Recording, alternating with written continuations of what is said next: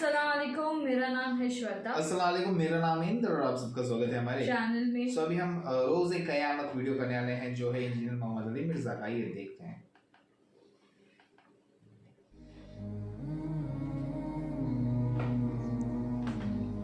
اب وہ آخری رکوع جس کے اوپر میری الگ سے ایک ویڈیو موجود ہے، اللہ تعالیٰ کی حضرت عیسیٰ ابن مریم سے، یہ بڑی سخت گفتگو ہے، یہ کلائمیکس ہے چونکہ سورت کا۔ وَإِذْ قَالَ اللَّهُ يَا عِيسَى ابْنَ مَرْيَمَ، اور یاد کرو وہ وقت کہ جب عیسیٰ ابن مریم سے اللہ تعالیٰ فرمائے گا، یعنی گویا کہ یہ ہو چکا پاسٹ ٹینس کے سیگے میں، جس طرح پاسٹ ڈیفینیٹ ہے اسی طرح سمجھ لو یہ مستقبل ڈیفینیٹ ہے، ہو چکا۔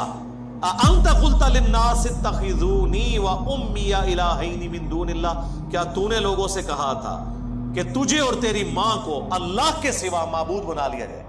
اس میں پتہ چل گیا من دون اللہ کون ہو گیا؟ عیسیٰ ابن مریم بھی اور ان کی والدہ، اولو العزم پیغمبر بھی 5 میں سے، اور اولیاء کی سردار بھی یعنی ان کی والدہ۔ جی من دون اللہ بت ہوتے ہیں، بت بھی ہوتے ہیں، فرشتے بھی ہوتے ہیں، جن بھی ہوتے ہیں، پیغمبر بھی ہوتے ہیں، جب لوگ انہیں اللہ کے مقابلے پہ کھڑا کر لیں، ورنہ پیغمبر جو ہے وہ حزب اللہ ہے، لیکن جب اللہ کے مقابلے پہ آئیں گے تو توحید تو ننگی تلوار ہے۔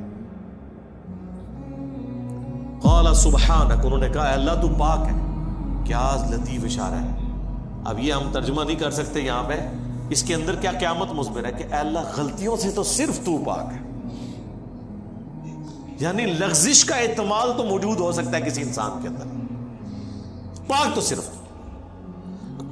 ما یکون لی ان اقول ما لیس لی بحق، مجھے کب شایع تھا اس بات کا، میں کیسے اہل ہو سکتا ہوں کہ میں ایسی بات ان سے کروں جس کا مجھے کوئی حق حاصل نہیں۔ سورہ آل عمران میں نہیں آیا کبھی ایسا نہیں ہوا کہ ہم کسی پیغمبر کو کتاب اور حکمت دے کے بھیجیں اور وہ لوگوں سے یہ کہنا شروع کر دے کہ لوگوں میرے بندے بن جاؤ، بلکہ وہ تو یہی کہے گا کونو ربانیین، اللہ والے بن جاؤ، ربانی بن جاؤ۔ اللہ فرماتا ہے پیغمبر کی بھی جرت نہیں ہے، تو کہیں گے اے اللہ تو پاک ہے، مجھے کب شایع تھا کہ میں وہ بات کروں جس کا میں اہل ہی نہیں ہوں۔ ان کنت قلتہ فقد علمتہ، اگر میں نے کوئی ایسی بات کی ہے تو تیرے علم میں تو ہوگی۔ اچھا اب یہ نہ سمجھے کہ حضرت عیسیٰ ابن مریم کو چرب زبانی اللہ سے کر رہے ہیں کہ اللہ تمہیں سارا کچھ پتہ ہے نا، میرے کو کوئی پوچھ رہے ہیں، نہیں، یہ ڈرے ہوئے ہیں کہ اے اللہ کہیں بالفرض کبھی اگر کوئی ایسی بات ہو بھی گئی ہوئی تو تیرے علم میں ضرور ہوگی، یعنی وہ اپنا کانفیڈنس لوز کیے ہوئے ہیں کہ میں نے تو کوئی بات ایسی نہیں کی، لیکن پھر بھی میں کلین چٹ اپنے آپ کو نہیں دیتا، کیونکہ سٹارٹ انہوں نے کس سے کیا؟ سبحانک، پاک تو صرف تو ہے۔ اب آپ کہیں گے یہ ترجمہ میں کیوں کر رہا ہوں؟ اس لیے کہ حضرت یونس علیہ السلام نے اللہ سے کیا کہا تھا جب مچھلی کے پیٹ میں رکھے گئے، اور سورہ الصافات میں اللہ نے فرمایا اگر یونس مچھلی کے پیٹ میں ہم سے وہ دعا نہ کرتے تو وہ مچھلی کے پیٹ سے اس دن نکالے جاتے جس دن مردے قبروں سے نکالے جائیں گے، یعنی ہم ان کی وہ لغزش کی معافی نہ کرتے۔ کیا دعا کی تھی؟ لا الہ الا انت سبحانک، اے اللہ تیرے سوا کوئی معبود نہیں، پاک صرف تو ہی پاک ہے، انی کنت من الظالمین، بے شک میں ہی ظالم۔ پیغمبروں کو ہم معصوم عن الخطا کہتے ہیں، پاک نہیں ہوتے، وہ والا پاک جو سبحان ہے، وہ سبحان اللہ ہی ہے۔ ہاں سبحان الرسول کہیں پڑھا آپ نے؟ نہیں، ہو ہی نہیں سکتا، ہو ہی نہیں سکتا۔ کمزوریاں ہر انسان کے ساتھ لگی ہوئی ہیں، دیکھیں جو بلٹ ان کمزوریاں ہیں اس سے تو نہیں کوئی نکل سکتا۔ اللہ کھانے پینے کا محتاج ہے کہ نہیں؟ اور پیغمبر ہے؟ سورۃ المائدہ میں ہے عیسیٰ ان کی ماں روٹی کھایا کرتے تھے، کھانے کے محتاج تھے، تو یہ کمزوری ہے، گناہ نہیں ہے، لغزش نہیں ہے، ایک کمزوری ہے ان کے اندر۔ پاک صرف اللہ کی ذات ہے، پیغمبر معصوم ہے، پاک نہیں ہے۔ اب دیکھیں اللہ تو پاک ہے، مجھے کب شایع تھا؟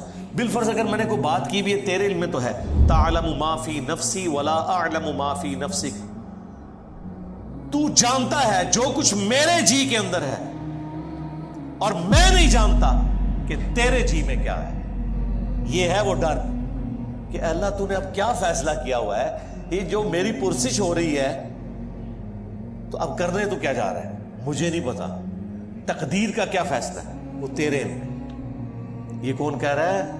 پیغمبر, اولو العزم پیغمبر. تو بابت شاہی کوئی نہیں سرکار. ایک کہندے نے جناب وہ شیخ عبد القادر جیلانی فرمایا میں تے جنت نہیں جانا جب تک سارے مرید نہ لے جان. اور سرکار اتنے تمہیں کھنگن نہیں دینا کسی نے, اتنے تے پیغمبر دیکھ رہو وہ بھی کہہ رہے نے یا اللہ تو پاک ہے, کیتا کچھ بھی نہیں, پچھلے نے کیتا ہے. جواب دے حضرت عیسیٰ ابن مریم ہو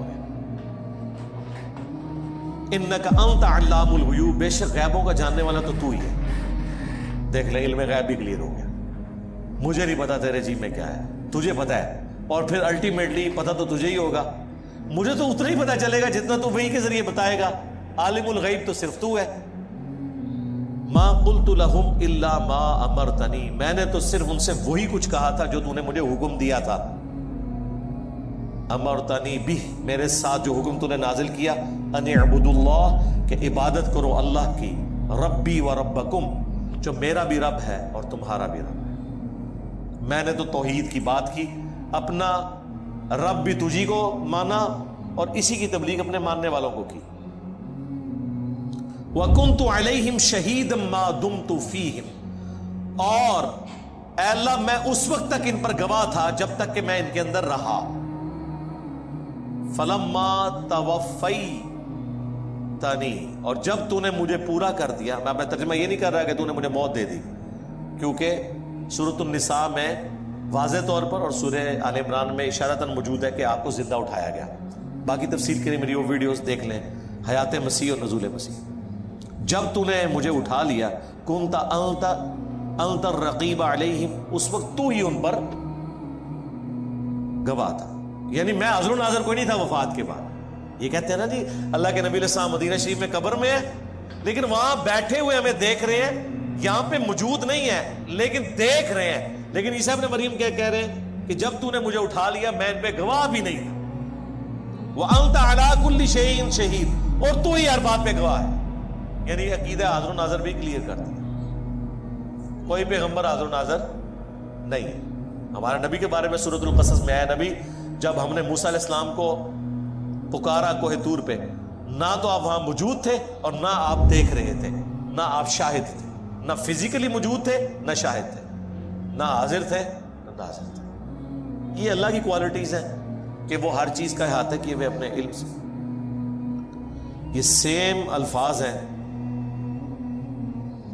جو بخاری مسلم میں نبی علیہ السلام نے اپنے ساتھیوں کے بارے میں بولے ہیں کہ بخاری مسلم دونوں میں حدیث موجود ہے, میرے حوض کوثر پہ میرے اصحاب لائے جائیں گے, میں کہوں گا اصحابی اصحابی, یہ تو میرے ساتھی ہیں. مجھے بتایا جائے گا اللہ کے نبی آپ کو نہیں پتا آپ کی وفات کے بعد یہ دین سے الٹے قدم پھر گئے تھے. اور بخاری میں موجود ہے یہ وہ لوگ تھے جو حضرت ابوبکر کے دور میں مرتد ہوئے, منکرین زکوٰۃ بن گئے, جن کے خلاف حضرت ابوبکر کو تلوار اٹھانی پڑی. فتح مکہ پہ یہ لوگ مسلمان تھے. تو پھر میں کہوں گا کہ سحقاً سحقاً لمن غیر بعدی, ان پہ پھٹکار ہو, ان کو مجھ سے دور کر دو جنہوں نے میرے بعد میرے دین کو بدل دیا. اور پھر بخاری مسلم الفاظ ہیں, میں اس وقت وہی کہوں گا جو عبد صالح عیسیٰ ابن مریم کہیں گے. کیا پھر حضور نے یہ آیت تلاوت کی کہ اے اللہ جب تک میں ان میں موجود تھا ان پر گواہ تھا, جب تو نے مجھے اٹھا لیا پھر تو ان پر گواہ تھا. اب یہ اگلی آیت, ان تعذبہم, اگر تو انہیں عذاب دے, فإنہم عبادک, تو یہ تیرے بندے ہیں, تو مالک ہے ان کا. وَإِن تَغْفِرْ لَهُمْ, اور اگر تو ان کو بخشی دے, فَإِنَّكَ أَنْتَ الْعَزِيزُ الْحَكِيمُ, تو تو غالب ہے, حکمت والا ہے, تجھ سے تو کوئی نہیں پوچھ سکتا کسی کو بخشنا چاہے تو. اللہ اکبر. اس بات کو کرنے کی ضرورت کوئی نہیں تھی, لیکن اس ایک جملے نے مسلمانوں کا عقیدہ کلیئر کر دیا. اسی سورۃ المائدہ میں آیت نمبر 72 میں عیسیٰ ابن مریم جو دنیا میں خطبہ دیتے تھے, یا بنی اسرائیل اعبدوا اللہ ربی و ربکم انہ من یشرک باللہ فقد حرم اللہ علیہ الجنہ ومأواہ النار وما للظالمین من انصار. اے بنی اسرائیل اولاد یعقوب, عبادت کرو اس رب کی جو تمہارا بھی رب ہے میرا بھی رب ہے. بے شک جس نے اللہ کے ساتھ شرک کیا اللہ نے ایسے شخص پہ جنت حرام کر دی ہے, اور اس کا ٹھکانہ آگ ہے اور وہاں اس کا کوئی مددگار نہیں ہوگا. یہ بات جو حضرت عیسیٰ ابن مریم دنیا میں اپنے ماننے والوں کو بتاتے رہے, قیامت کے دن وہ اپنی بات بھول جائیں گے؟ اس جملے سے تو یہی لگ رہا ہے کہ اے اللہ اب یہ تیرے بندے ہیں, چاہے انہیں عذاب دے چاہے انہیں تو بخش دے. جبکہ دنیا میں تو عیسیٰ ابن مریم یہ کہہ کے گئے تھے جو مشرک ہے اس کا ٹھکانہ جہنم ہے, اس پہ جنت حرام ہے, یعنی بخشش کوئی نہیں اور کوئی مددگار بھی نہیں. اور یہاں عیسیٰ ابن مریم تو مدد ہی کر رہے ہیں, گویا کہ سفارش کر رہے ہیں کہ یا اللہ تیرے بندے ہیں, چاہے بخش دے چاہے عذاب دے. تو یہ اللہ نے میرے پہ حکمت کھولی ہے, میں نے کہیں اس بات کو نہیں پڑھا, اس طرف اشارہ, اور مجھے بھی کچھ عرصہ پہلے یہ دماغ میں بات آئی کہ جان بوجھ کے اللہ نے ایسا کیا ہے کہ تاکہ اگر کسی کو وہم ہے نا کہ یہ دنیا میں ڈرانے کے لیے باتیں تھی, آخرت کوئی نہ کوئی چیک لگ ہی جائے گا, کوئی بابا پھڑ کے کوئی زبردستی, یا اللہ من وضو کرایا سی نے تو نماز نہیں آتی تو وضو نے کہ کرایا ہونا اے بے تے پڑھتے رہے, عربی سیکھی نہیں ہوئی. تو اللہ نے یہاں کلیئر کر دیا کہ اولو العزم پیغمبر جو 5 ہیں سورۃ الاحزاب اور سورہ شورى میں, محمد رسول اللہ, ابراہیم خلیل اللہ, موسیٰ کلیم اللہ, عیسیٰ روح اللہ اور نوح علیہ السلام علیہم السلام اجمعین. اگر وہ اولو العزم پیغمبروں میں سے ایک پیغمبر عیسیٰ ابن مریم اپنے ماننے والے مشرکین کے لیے بھی قیامت کے دن شفاعت کرے گا یہ کہہ کے کہ اللہ تیرے بندے ہیں, اب اتنے جلال میں شرک کے اندر یہ چھوٹی سی بات بہت بڑی سفارش ہے.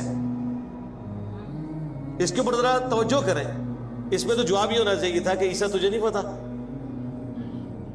کہ مشرکی کیسے تم سفارش کر رہے ہو, لیکن یہ اس لیے وہ کریں گے. اور اللہ نے قرآن میں ہمیں پہلی فلم چلا دیا ہے کہ اگر عیسیٰ ابن مریم بھی سفارش کرے کسی مشرک کے لیے تو سفارش قبول نہیں ہونی, تو بابے تے شاہی کوئی نہیں کہ کسی نو باؤں بڑھ کے جنت اس لے جان گے. یا کلیم کرو کہ عبد القادر جیلانی یا تمہارے جو بڑے بڑے بابے کلیم کیے ہوئے ہیں, اور تم تو ان بابوں کے بارے میں یہ کہتے ہو کہ یہ بابے تو کسی صحابی کہ گھوڑے کی قدموں کی خاک جو اس کے ناک میں بیٹھتی ہے اس کے برابر نہیں ہے, تو پیغمبروں کا تو ذکر ہی نہ کرو, وہ تو اللہ کے چنے ہوئے بندے ہیں, وہ تو مخلص ہیں. باقی جو صحابہ تو زیادہ زیادہ مخلص ہو سکتے ہیں, مخلص تو نہیں ہے نا, مخلص ہیں اللہ کے لیے اخلاص شو کرنے والے, مخلص تو صرف انبیاء ہیں. تو اے اللہ تیرے بندے ہیں, چاہے انہیں عذاب دے چاہے بخش دے. قال اللہ, اللہ فرمائے گا ھذا یوم ینفع الصادقین صدقہم, آج وہ دن ہے کہ سچوں کو صرف سچا عقیدہ ہی فائدہ پہنچائے گا. ایک جملے سے ٹروتھ لورز کامیاب ہوں گے. سر کیا بات ہے, اللہ نے یہ نہیں کہا ایمان والوں کو ایمان نفع دے گا, اللہ نے کہا سچوں کو سچا. سچا کون ہوتا ہے؟ جب اس کو بات پتہ چل جائے پھر وہ دنیا کو نہ دیکھے کہ یہ سچائی میں نے سے قبول کر رہا ہے. جو مسلم شریف میں حدیث ہے کہ تکبر یہ نہیں ہے کہ تم اچھے کپڑے پہنو یا اچھے دکھو, اللہ بھی خوبصورت ہے, خوبصورتی کو پسند فرماتا ہے. تکبر یہ ہے کہ تم لوگوں کو حقیر جانو اور حق بات سے اناد اختیار کر لو, دشمنی کرو. دل نے گواہی دے دی کہ یہ ایاک نعبد و ایاک نستعین لکھا ہے, لیکن چونکہ بابے بابوں کو پکارتے رہے, ہم بھی پکارے, تو یہ دشمنی کر رہے ہو اپنے ساتھ. دل نے بتا دیا, آنکھوں سے پڑھ لیا بخاری مسلم میں نماز کا طریقہ, لیکن رفع الیدین نہیں شروع کیا کہ معاشرہ کیا کہے گا. ہاں 11ویں کھاتے رہے عبد القادر جیلانی کے نام کی, لیکن عبد القادر جیلانی نے جو نماز کا طریقہ اپنی اس کتاب میں لکھا جس کو خود چھاپ رہے تھے, رکوع میں جاتے وقت اور رکوع سے اٹھتے وقت رفع الیدین, اس پہ عمل نہیں کیا. میں نے تو آج تک کسی 11ویں میں نہیں دیکھا کہ شیخ عبد القادر جیلانی کی کتاب سے نماز کا طریقہ پڑھ کے بتا دیں. وہ کہتے نہیں وہ تو اور فقہ کے تھے, ہم اور فقہ کے تھے. اس کا مطلب ہے کہ آپ کا پیرانے پیر اس فقہ پہ عمل کرتا تھا جو نبی علیہ السلام نے طریقہ چھوڑ دیا ہوا تھا. تو جس پیر کے علم الغیب کا, آپ تو کہتے ہیں آپ کا پیر آپ کے ساتھ ہوتا ہے, جس کے علم کا یہ لیول ہے کہ اس نے پوری زندگی نماز ہی وہ پڑھی ہے جو حضور نے ختم کروا دی تھی, جنہیں نماز ہی غلط سی, انہیں تو کے دینا ہے.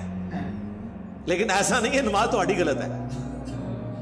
شیخ عبد القادر جیلانی تو اس کتاب میں بخاری مسلم کے حوالے لکھتے ہیں, ہر بات میں لکھتے ہیں, بخاری میں ہے, مسلم میں ہے, ابو داؤد میں ہے, ترمذی میں ہے. حقیقت بات ہے اگر کوئی بزرگ ہے نا واقعی تو وہ یہ لوگ ہیں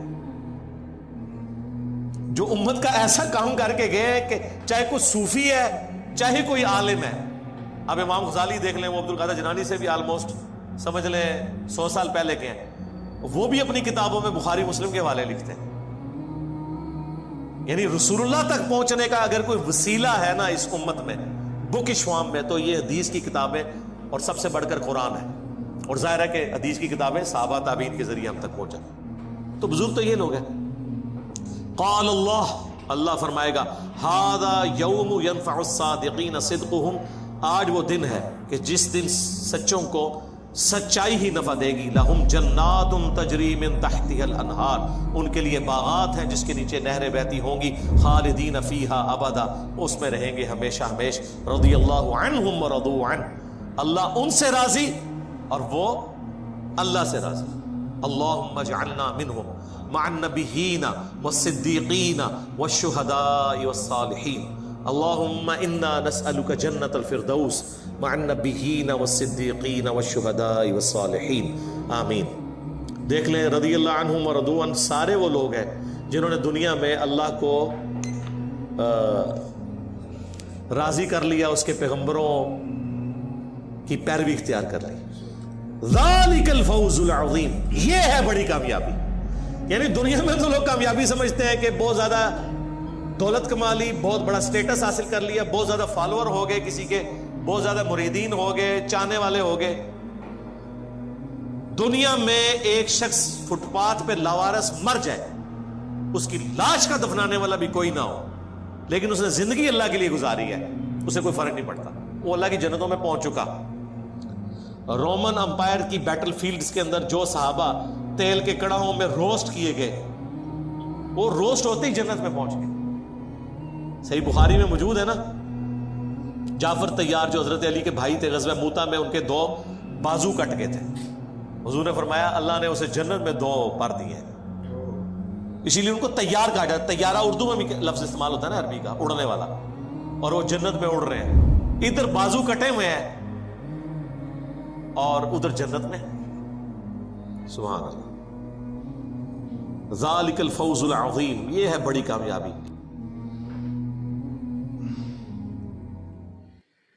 کتنے سارے نبیوں کے ریفرنسز تھے اس میں، بہت ڈیٹیل میں لکھا رہا نا، اپنا عیسیٰ کے بارے میں، پھر محمد کے بارے میں، یعقوب کے، ہر ایک کا ریفرنس تھا، ہر ایک چیز کے ساتھ. مچھلی والا جو دعا، اگر یہ دعا نہیں ہوتی تو اس سے نکالے جاتے تھے سارے مردے قبر سے نکالتے. رائٹ. اور ایز باپو کو تو بڑا ٹارگیٹ تھے، وہ بولنا صحیح بول رہے نا کہ جو چیز لکھی ہوئی ہے وہ بتاؤ نا، تم اپنے حساب سے بتاؤ. باپو تمہاری سفارش نہیں کریں گے اللہ کے ساتھ. ہاں ایبسلیوٹلی. وہ تو وہی سب بول رہے. بڑا اچھا لگا یار جس طرح انہوں نے بولا نا. میں یہ جب بھی بولتے ہیں نا میں سے کھو جاتی ہوں، میرے دماغ میں امیجنیشن آنا شروع ہو جاتا ہے، دماغ میں کہ کیا بول رہے کیسے بول رہے، وہ آ جاتا ہے کہیں پہ بھی. دونوں بائیں کٹی ہوئی ہے بٹ جنت میں ایک بار آگے وہ ایک امیجنیشن آنا شروع ہو جاتا ہے. ٹھیک ہے، اور ویڈیوز دیکھیں گائز، جیسے تب تک کے لیے ویڈیو کو like, subscribe, click on the bell icon.